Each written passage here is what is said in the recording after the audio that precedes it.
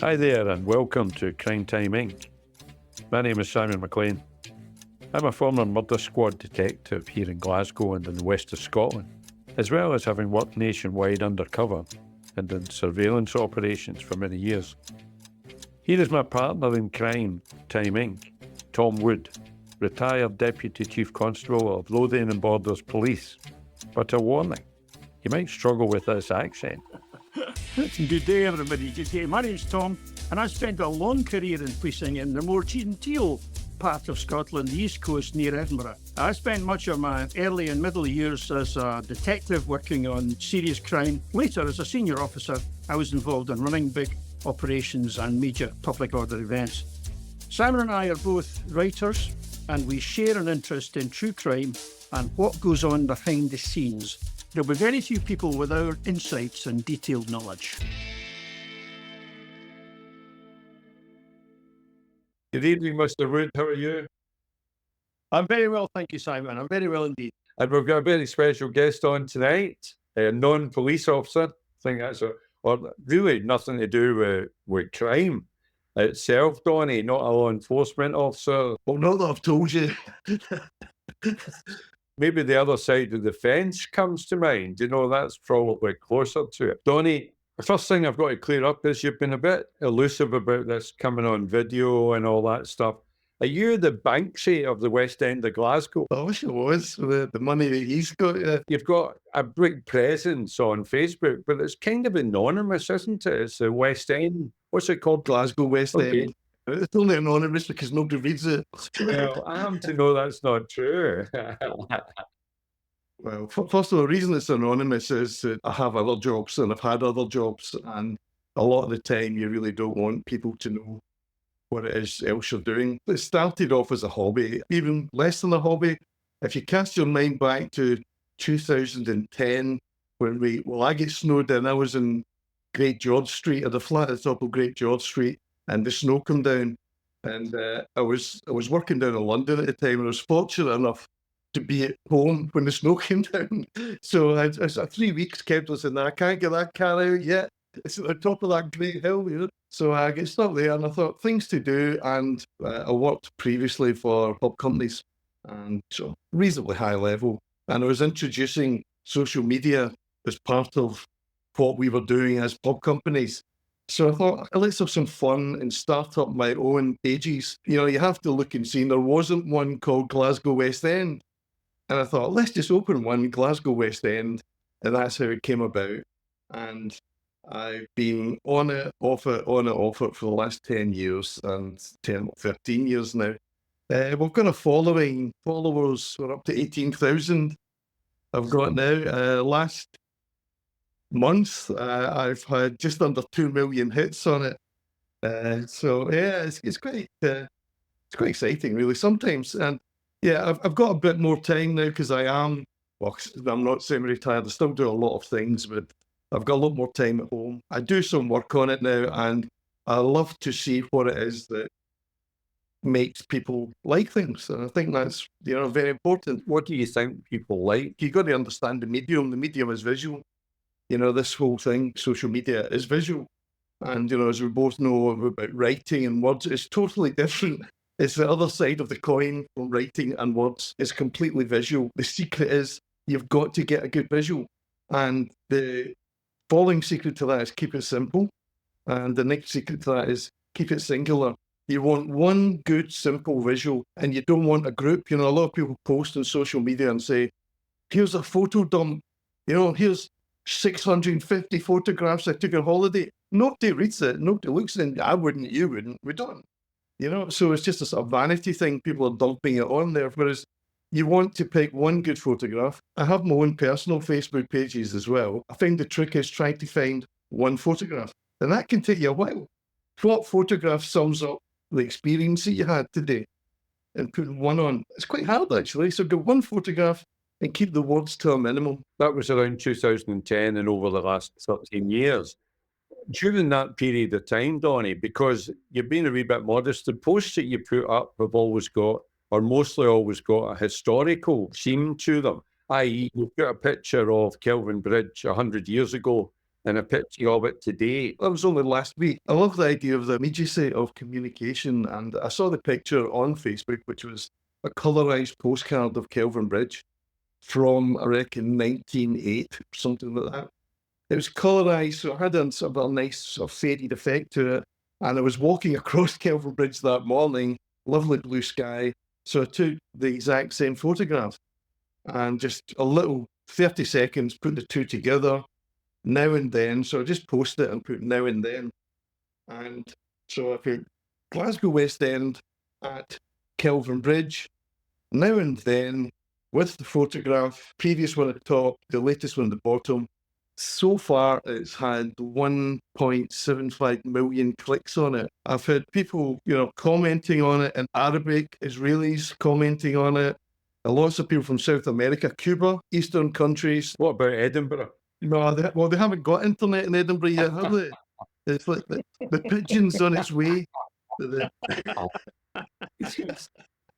I'm fascinated by that you've hit on this formula and just the simplest, the single picture. And you're absolutely right. When I get a photo dump from people, even people I know, members of my family, with 50 photographs in it, I have to admit, I don't look at any of them. Nobody does. Nobody does. We're fooling ourselves, and but then again, mate, it's a great place to store your old photographs, It is a great way to store it, It's like the wedding album, Donnie. It's like the wedding album. You pay £3,000 to a photographer to take videos and photographs of your kids' weddings, and then nobody ever looks at them. They look at one photograph of the bridal party, and that's it.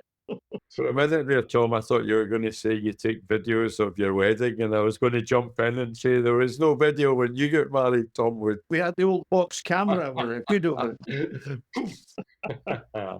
Sweet Donnie, again, you've been a bit modest with just a photograph. A lot of the posts give some of the context and a lot of the history of the city. I'm sort of self-effacing there. We're asking me what's the secret of social media. Keep it simple, one photograph. That's not why I do it. I don't do it just. I find, getting almost 2 million clicks in a photograph amazing, but it's not why I do it. I do it because I'm really genuinely interested in the culture and the history, not just of Glasgow, the West End, but the whole of Glasgow, the whole of Scotland, everything really. And I love connections, and I love finding connections in places where, things have happened and all of a sudden it all connects together. Which is why I invited you on here tonight, because of some of the connections that you and I were chatting about last week over a coffee. And what you mentioned was the Glasgow journalist, very famous journalist and author, Jack House, and some of his work. And you mentioned the Murder Mile, which I think he brought out in the 60s or maybe 1961, something like that. The Murder Mile, about 4 very infamous murders in Glasgow. Square mile of murder. Sure. What is the square mile of murder then? Yeah, it was a square mile in Glasgow West End, basically from Blytheswood Square through to Kelvin Bridge. Okay. And within that square mile, there were 4 very infamous murders, and sadly, added to that with a very tragic murder a few years ago, very close to one of the original murders. House wrote a book which is popular, but they actually made a television series on it, I think 1980, with some famous names. On those 4 murders? Of those 4 murders. It was a 6-part dramatisation, 6-part television series, BBC, 1980. Gregor Fisher, Ricky Fulton, John Grieve, Tony Roper and James Hazeldine in it. So some big famous names there. Sounds like a comedy show, doesn't it? Well, I think that's where it all started. They sort of worked their way out of seriousness. But so there's a 6-part thing, and there was the murders, as we spoke about over coffee, were all quite dramatic. And the one that led me to look into this was that a couple of weeks ago there was a new pub opening, or reopening. Pub used to be called the Carnarvon, and that was the end of George Street and the Carnarvon Street near West Princes Street, which is where one of the murders happened. Anyway, the pub was called the Carnarvon, and it was reopening last week as the Camerons. And there's a very famous picture that I used in my one picture theory. I put up the one picture Linda McCartney took of husband Paul coming to the car with a carriage on their way to Campbelltown. And very famous picture. It was in her book of sort of snapshots of Paul. And in the background, it says Camerons.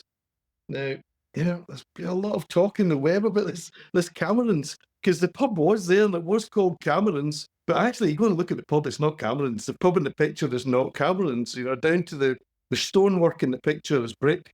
The stonework in the pub that was Cameron's, which was the Carnarvon, which is back to called Cameron's, is large sandstone blocks. There's all the buildings around there.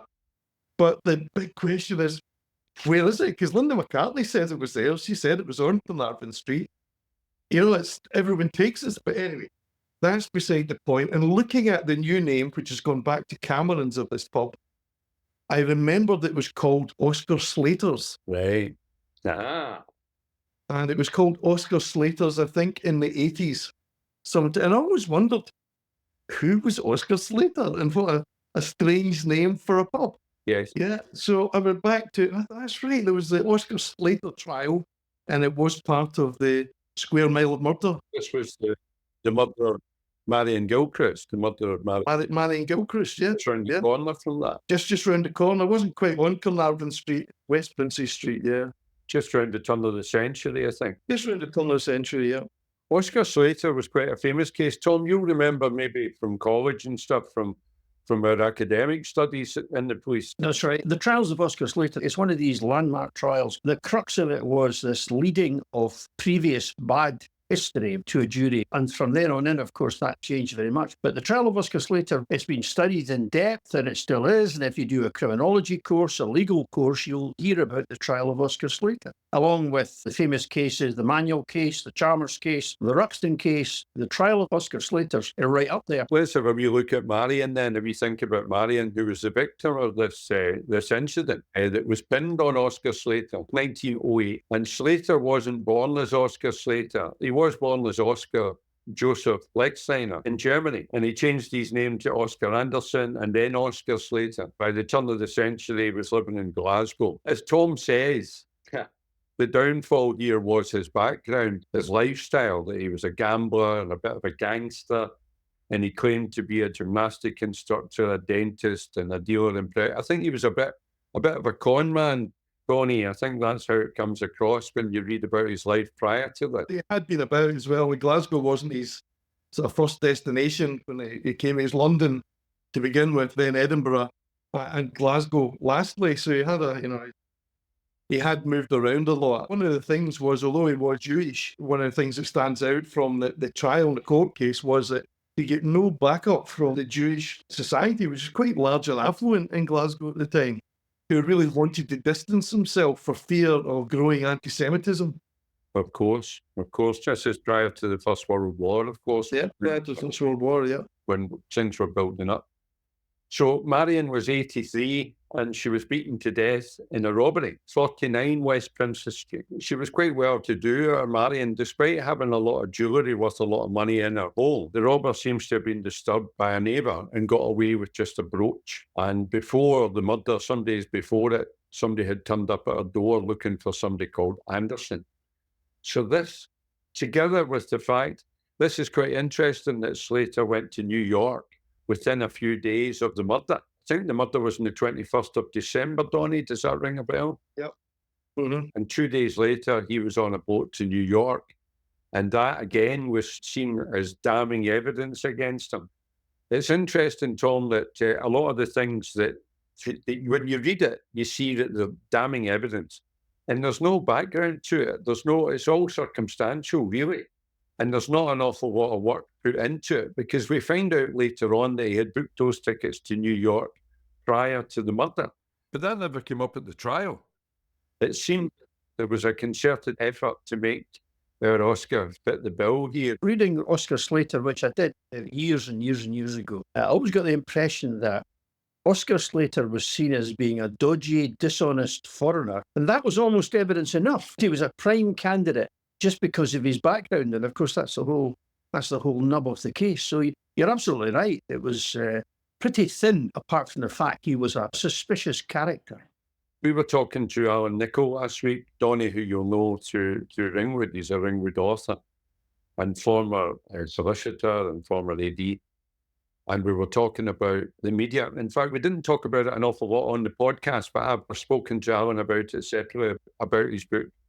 Sheila Garvey. And Sheila Garvey was convicted of murder in the 70s up in North East, up past Aberdeen, or Stonehaven, in fact. And the whole thing about her case, the whole thing about his book is really to determine whether the press were guilty, the media were guilty of getting her convicted.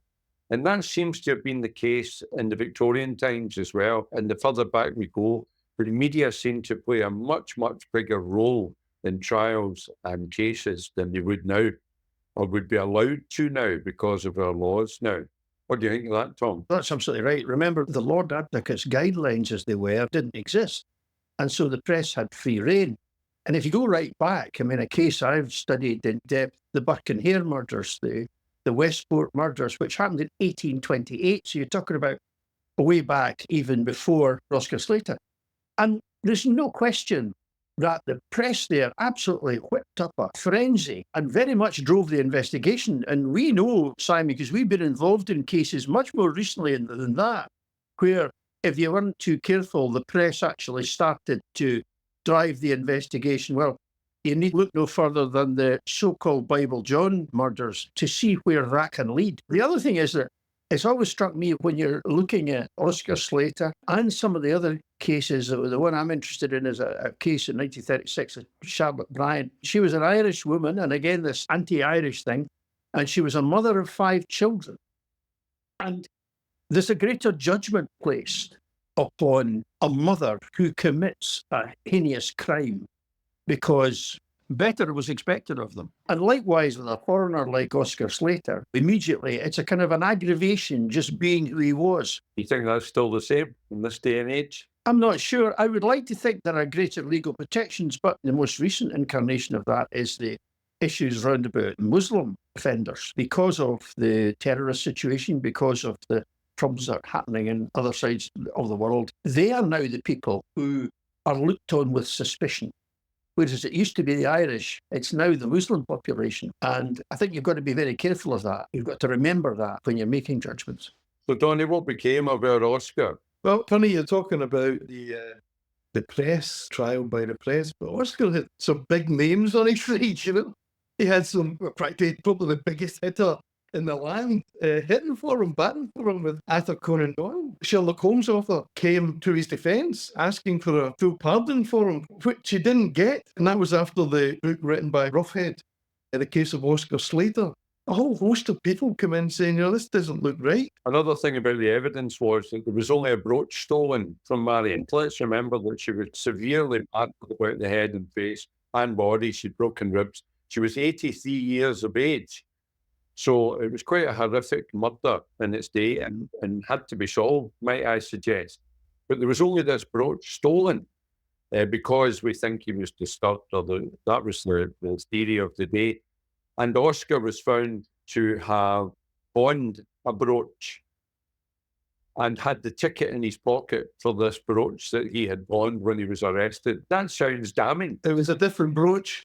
And it was pawned 2 weeks before the murder. It was actually a fantastic defence that he had in his pocket, but it was used in the prosecution of him. And it's great having all these big hitters coming on board, but it took 19 years and he never got a pardon.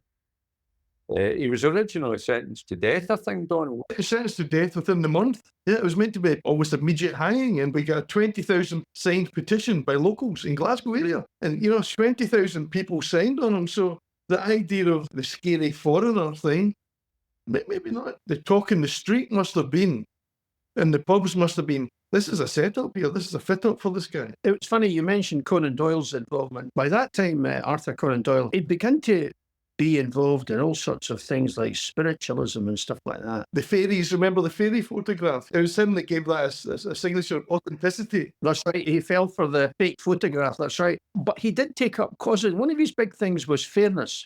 Fairness to the accused, and better 10 guilty men go free than one innocent man be hanged, that sort of thing. And I think maybe that's what really struck home to the people of Glasgow. They just got this sense of unfairness, of a lack of balance, and that's what they didn't like. The truth of the matter is, if that kind of environment prevails, it could happen to them as much as it could happen to Oscar Slater. Yeah. And that's right. And that's what we'll have to bear in mind. Yeah. Interesting you're saying he said 19 years, mate. 19 years hard labour in Peterhead, you know. Dear, dear, dear. If you were to look on the bright side, not that it did him any good, but actually his case changed the law for the better and has become a kind of a foundation stone of Scottish justice. I have to say, much to our annoyance sometimes when you can't read previous convictions, when you know somebody's standing in the court with a record as long as their arm. It is quite an important principle, and it started with him. We just forgot to mention about the identity parade. Oh. Well, the police brought in 9 quite obvious policemen and Oscar in the middle. Which one's the guilty man, Neil? Eh? And because that led to a lot of reform as well with the identity parades there. So, Donnie, something you've got to be very conscious of here, and I heard you saying there about how the public came to his side to champion him when they learned some of the stuff we're talking about here. 20,000 people, Arthur Conan Doyle, all these high-powered people of the day coming forward, which is a lot. 20,000 people coming. It flies in the face of his nationality, his background that people would have been aware of by now. And something you need to remember is that Tom said about that side of life that he would be a foreigner, etc. There's 2 cultures here. There's the East Coast culture where no doubt he wouldn't have got any of that support. And then there's the West Coast in Glasgow where we would all want justice done, you know. Because of the backing of the public, his sentence is commuted to 20 years. He was sentenced to life, wasn't he? And put to Peterhead prison. But again, because of this campaign, because of people like Arthur Conan Doyle, eventually he only does 19 and a half years hard labour at Peterhead. Is that a fair summary? Absolutely. And what becomes of him thereafter, Donnie? What becomes of his luck goes on. You know, the luck of Oscar Slater, as we say in the West End. And he, you know, for all intents and purposes, retires to Ayr. Marries a German descent woman. They settle down to spend their golden years together on the Ayrshire coast. Second World War's declared. Next thing you know, him and his missus are in an internment camp. For a couple of years. Well, I think it was actually reduced, so they got out quite soon. Right. One of the reasons they're excited for that is by that time he had a pretty good East Coast Scottish accent. You know, so he didn't look it and he didn't sound alien. But tragically, the dark side is as well. The rest of his family in Germany were rounded up by the Nazis and died.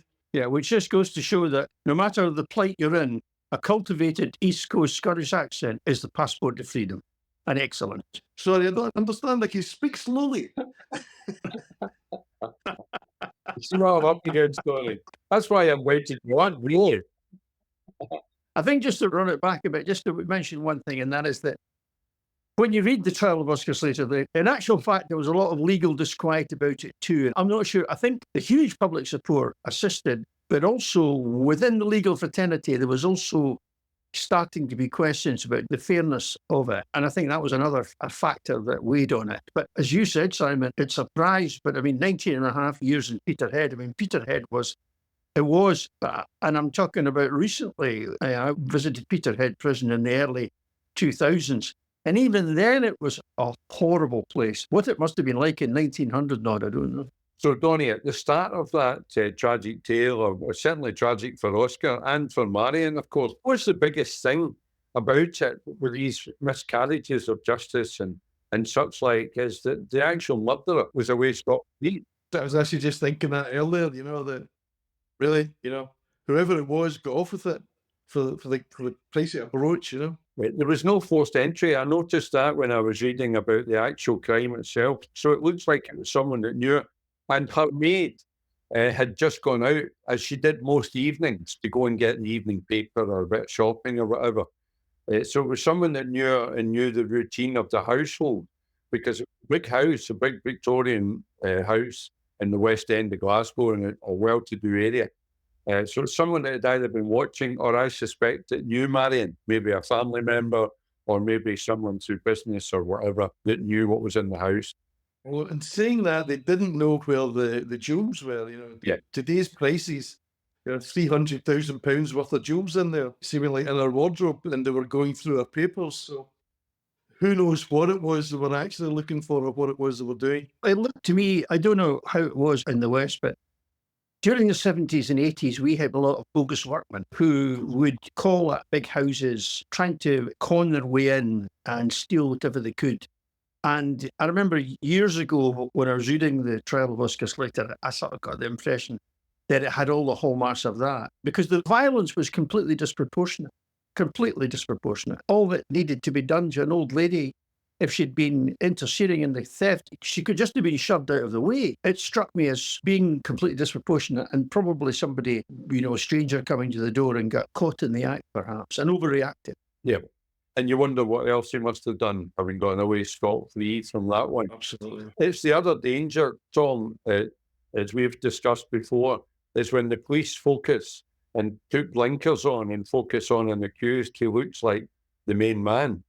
What they naturally do, apart from letting the culprit away, is that they miss everything else round about that. They don't go looking for similar crimes. They don't go doing door-to-door inquiries. They don't do the things that they would do if it was a whodunit and if they didn't have that suspect. Yeah, and sometimes they do more than that, Simon. Sometimes another piece of information which is getting in the way of their direction of travel is willfully ignored. There's no way they didn't know that the brooch had been bought, but they chose to ignore that and not lead it. It's another aspect of criminal procedure, Donnie. We cover quite a lot of procedural stuff on here.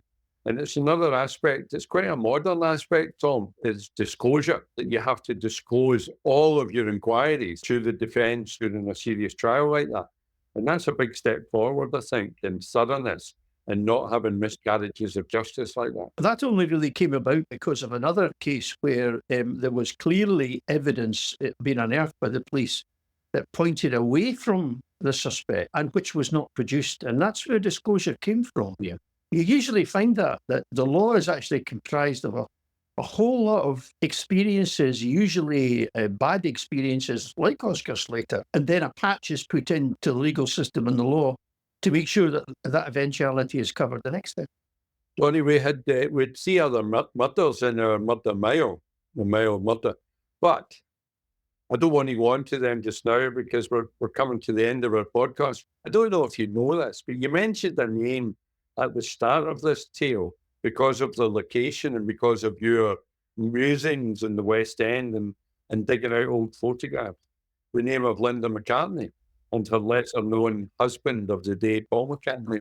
You know that they were friends of mine, don't you? Linda and Paul. Yes. Oh, because you were down, you were the local Bobby and the Beat, weren't you? No, I wasn't. I was in the CID. Oh, sorry.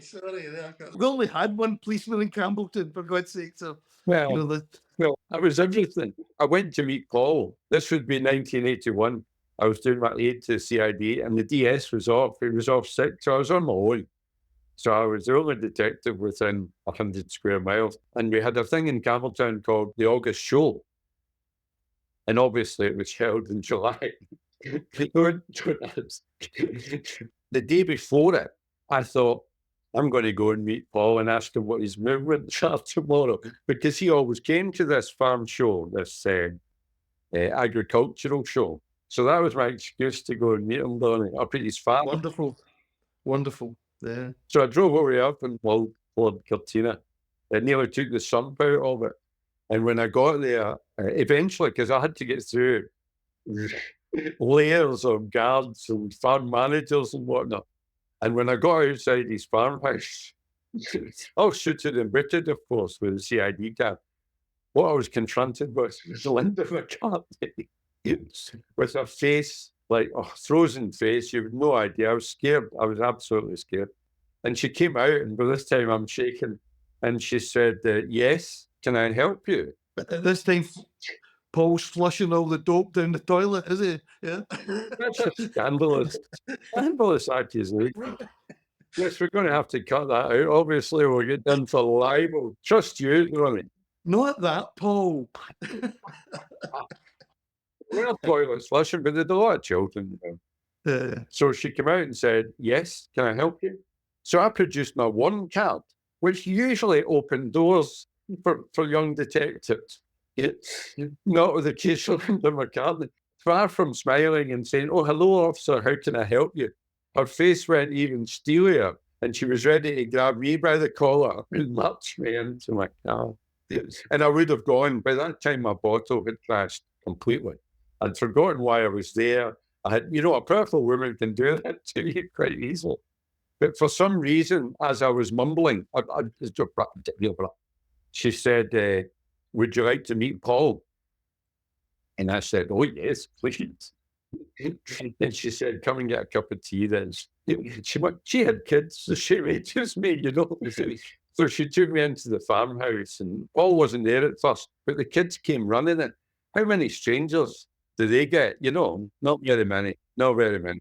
So, and far from me getting to ask Paul anything, the kids were asking me all the questions about, policemen. You got a radio and all that stuff. So the kids all came in and sat around this table, and it was just a wonderful atmosphere. Linda had created this wonderful family, pictures and all the stuff going on. And eventually the man himself came in and sat down, and he was telling stories about the police, about being a 17-year-old Tom in Liverpool, getting stopped every couple of hours in his E-type Jag that he was driving about. So he was telling the kids some of these stories. He told me a cracker about he'd been on Top of the Pops a week or two before, or whatever single he had out at that time. And his wee boy, Jamie, who would be about 3 at the time, had been watching television. And he'd been staring at the television, and then Paul came on. And he kept turning around and looking at Paul and back to the television. And eventually he said, Dad, are you Paul McCartney? So he took me for a wee tour around his recording studio. The neighbouring farm had complained about him and his wings buddies, the noise that they'd been making. So he bought their farm as well. And they had a recording studio, all the equipment, all the blah, blah, blah. But I suppose the punchline to it, in fact, you need to read my book to get the real essence of that, Donnie. Well, I'm sure if you don't know this story, then you haven't read my book. Oh, I know it well. There. I was just leading you into it. I was just there. So as I was leaving, Paul came out to the car with me, and he stopped me before I got in the car, and he said, Simon, could you do me a favour? And he handed me a wee plastic bag with a cigarette packet in it, John Player Special. And he said, I was out horse riding this morning, and I think I've been seeing binoculars glinting. Don't forget that John Lennon had been murdered the year before in New York City. You couldn't say it's paranoid when you're Paul McCartney and you think somebody might be stalking. But he gave me this packet of cigarettes. He said he'd found it on the farm as he was out horse riding, and he thought that someone must have been there on the grounds. And he was a bit worried about it. So I said, no problem, Paul. Paul now, get it? Paul, I'll get this off to Interpol, whatever they're called, right away, no problem, fingerprinting. So I think I smoked them or I put them on my desk or whatever, but don't ever tell them that. But the next day was the agricultural show at Peterson Park. And I had to go up there to do my duty. I was suited and booted, parked the car, went for a walk. And there's a big area up in the far end where they do all the horsey stuff. And that's what Paul and Linda were into. They had all the kids with them, and they had their horses, and they were doing their stuff. And Paul was doing nothing other than sitting in his Land Rover, reading the Glasgow Herald. And there was a makeshift fence. It was just a bit of string, actually, between sticks to keep the public away from the horse riding part. But all Paul was doing was reading his Glasgow Herald, and there must have been a crowd of about 60, 80, 100, just standing, staring at him. Just standing in the big semicircle, staring at him, like he's reading his Glasgow Herald. And I'm walking behind them, right? I'm behind the crowd. They're all facing Paul. There's no way I'm going over to disturb him. But as I'm walking past, all I hear is the voice, hi, Simon, how are you? And it's Linda McCartney. So the whole crowd, Donnie, turned around to look at me to see who it was. And I've relived that moment so many times in my head and wish I'd said something cool or something dismissive like, Linda, I'm working, don't be up. But I didn't. I just said, and everybody turned back.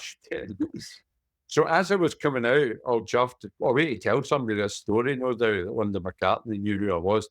I came across a local girl, Lorna Black, and she was in a car, and she was friends with Heather McCartney.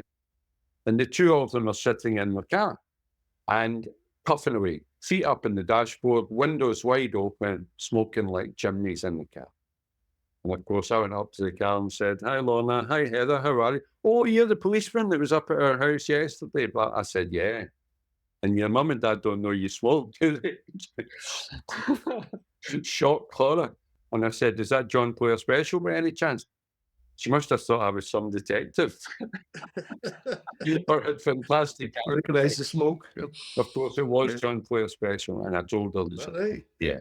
That's a great story. You should write that one down. I told her the story about the day before and made her promise not to throw cigarettes away in the farm anymore. Throw them away before you get to the homestead next time.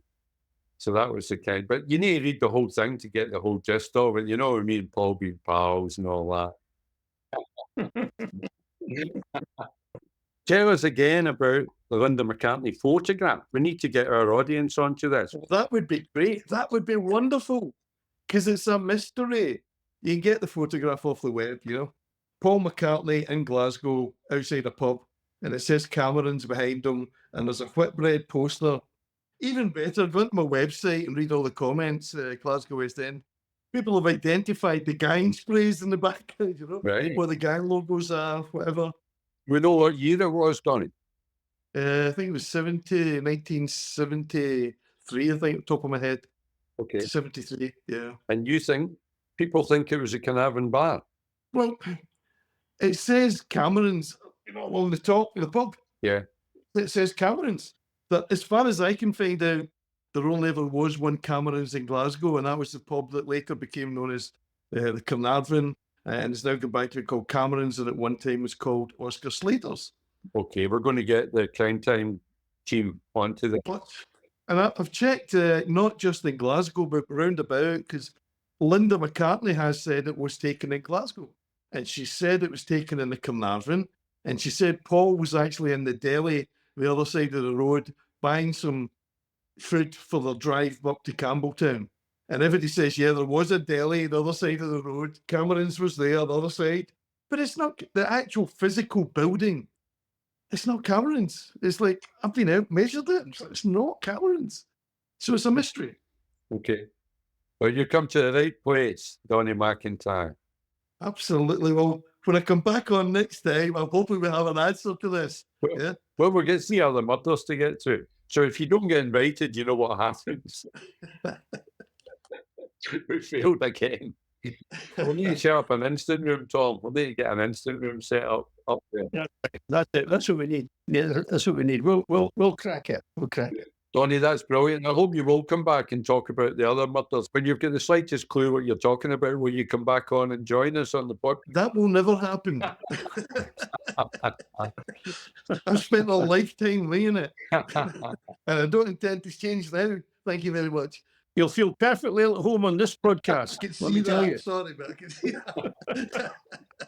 Donnie, thanks very much for doing that for us tonight and for talking My about pleasure. us and giving me a chance to talk about my pals, Paul and Linda. I should have said, it was remiss of me to say that although I went up there to see Paul McCartney for obvious reasons, since that day, I've had a huge admiration for Linda McCartney. She really was a wonderful person. How long after that did she die? It was about 20 years after that, Was it? just about 20 years ago, you know. Yeah. She got a remembrance garden down in Campbelltown. She was very... I've seen photographs of it. It's beautiful. They were both very well regarded down in Campbelltown because there was no airs and graces about them.